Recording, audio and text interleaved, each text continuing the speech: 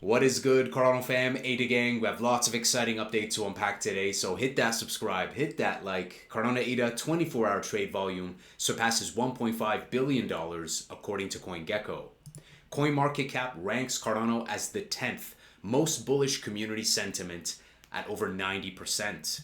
Cardano's Tokyo wallet integrates accruals to improve its user experience.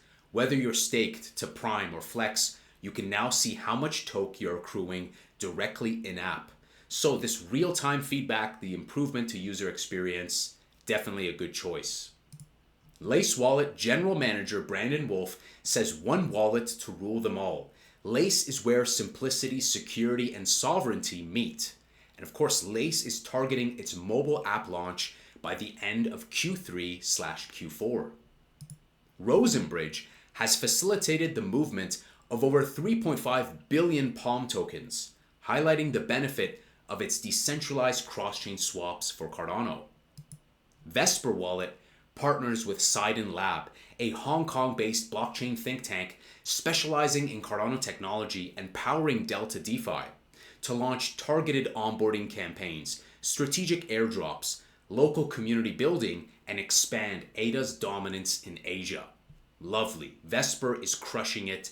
And I know Delta DeFi, they're doing a lot of amazing stuff that are Hydra powered. So I'm very excited to see these collaborations take place.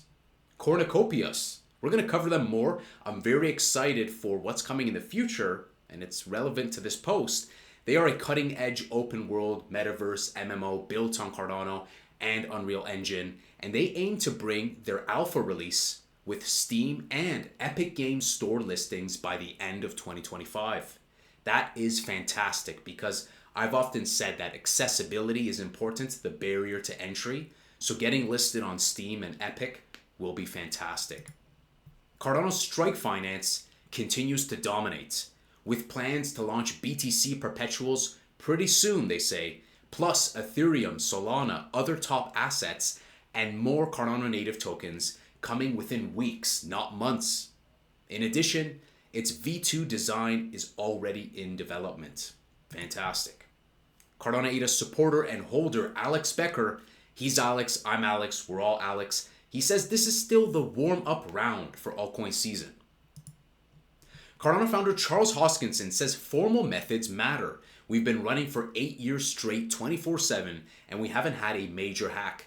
Meanwhile, there's $80 million to $100 million every day in hacks in other ecosystems. Charles says once yield products and lending products come on Cardano, our TVL is probably going to go over $10 billion instantly, because 50% or more of the ADA supply is in Japan. That's about $15 billion worth of ADA. I think he's alluding here to Bitcoin, DeFi, right, with lending and borrowing and yield products. I think that there's some fantastic synergy. I'm really looking forward to it taking place. Charles says, I tend to think about first principles, where the industry is going, where users and real value will come from. What's going to be the next big thing? And are we architecturally and philosophically aligned with that? That's great, right? We got to have the foresight to be able to see, what consumers want and where the industry is moving forward. I think Midnight is well equipped with that. Charles says thanks to Midnight, a lot of custodians now support Cardano native assets and ADA. 108 deals over the last year. We're getting that interoperability so that Cardano's no longer an island, and I think that'll massively improve the TVL. Charles says Knight token could be a $10 billion product right out of the gate, and 50% of the supply is being allocated to ADA holders. Now guys, the claim is not open yet.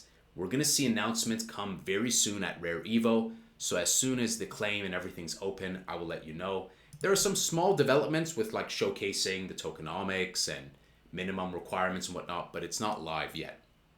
Charles says the biggest grower of TVL will be real-world assets, and those will be nested in systems with privacy. Hence Midnight, right? Private stablecoins and whatnot. The majority of users and liquidity will come from Bitcoin, an opportunity that's 4 times larger than the market cap of Ethereum and Solana combined. I like that. George Cryptosaurus, He had a video where he prompted ChatGPT asking it to make a crypto portfolio. And towards the end of his video, he said that Cardano and XRP are good picks that could certainly replace Arbitrum and Chainlink instead.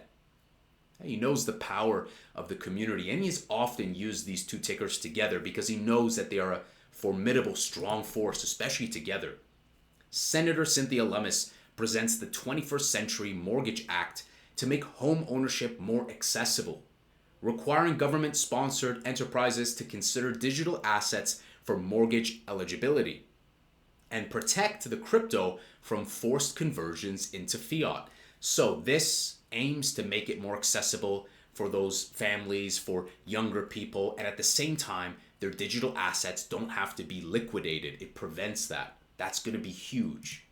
The SEC acknowledges BlackRock's filing to allow staking for its spot Ethereum ETF, showcasing growing institutional interest in proof-of-stake protocols like Cardano. And lest we forget, he was at Cardano Summit 2020.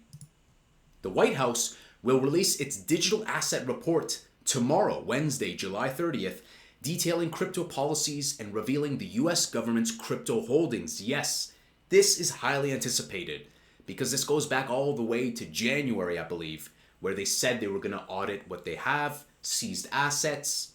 And so the report is complete. Bo Hines confirmed days ago. And this is fantastic. We're going to know what they are holding, including the status of the strategic Bitcoin reserve and the digital asset stockpile. That's the one where Trump put out the truth saying, hey, ETH, ADA, XRP, Solana. So maybe they have some ADA already. Maybe they'll announce a strategy. It's going to be exciting. Ripple's enterprise-grade RLUSD surpasses $577 million in reserves in less than 8 months. Ripple says stablecoins issued on XRP Ledger like RLUSD are enabling faster cross-border payments with lower fees and greater access and transparency. This is fantastic, and I think USDM needs to catch up to at least kind of that $100 million mark. And at the same time, we know that Charles has ongoing talks, he said, regarding RLUSD. So it's possible we may see them go cross-chain to Cardano and beyond. They're already on XRP Ledger. They're already on Ethereum. Plans to go to, I think it was Tron, if I'm not mistaken. Maybe BNB chain, not Tron. Maybe not Tron. Michael Saylor's strategy buys over 21,000 Bitcoin worth over $2.4 billion. eToro to launch tokenized US stocks on Ethereum. These are all great updates for altcoins. BlackRock predicts the Federal Reserve will not lower interest rates tomorrow. So tomorrow is going to be hectic. Expect a lot of choppiness, maybe some good buying opportunities, because with the Fed announcing whether they will or not, plus the digital asset report, there's going to be a lot of volatility. Finally, the SEC officially allows crypto ETFs to create and redeem shares using Bitcoin and Ethereum directly instead of cash. So overall, guys, the market, I seized the opportunity. Maybe we go lower, but I did buy a bag of ADA. I did buy a bag of XRP. Those are my go-tos. Those are my most held altcoins. And yeah, I'd say that if we continue to go lower, I'm just going to continue to DCA. I do slow buys. And so ADA at 7.75, not too bad. XRP 3.1.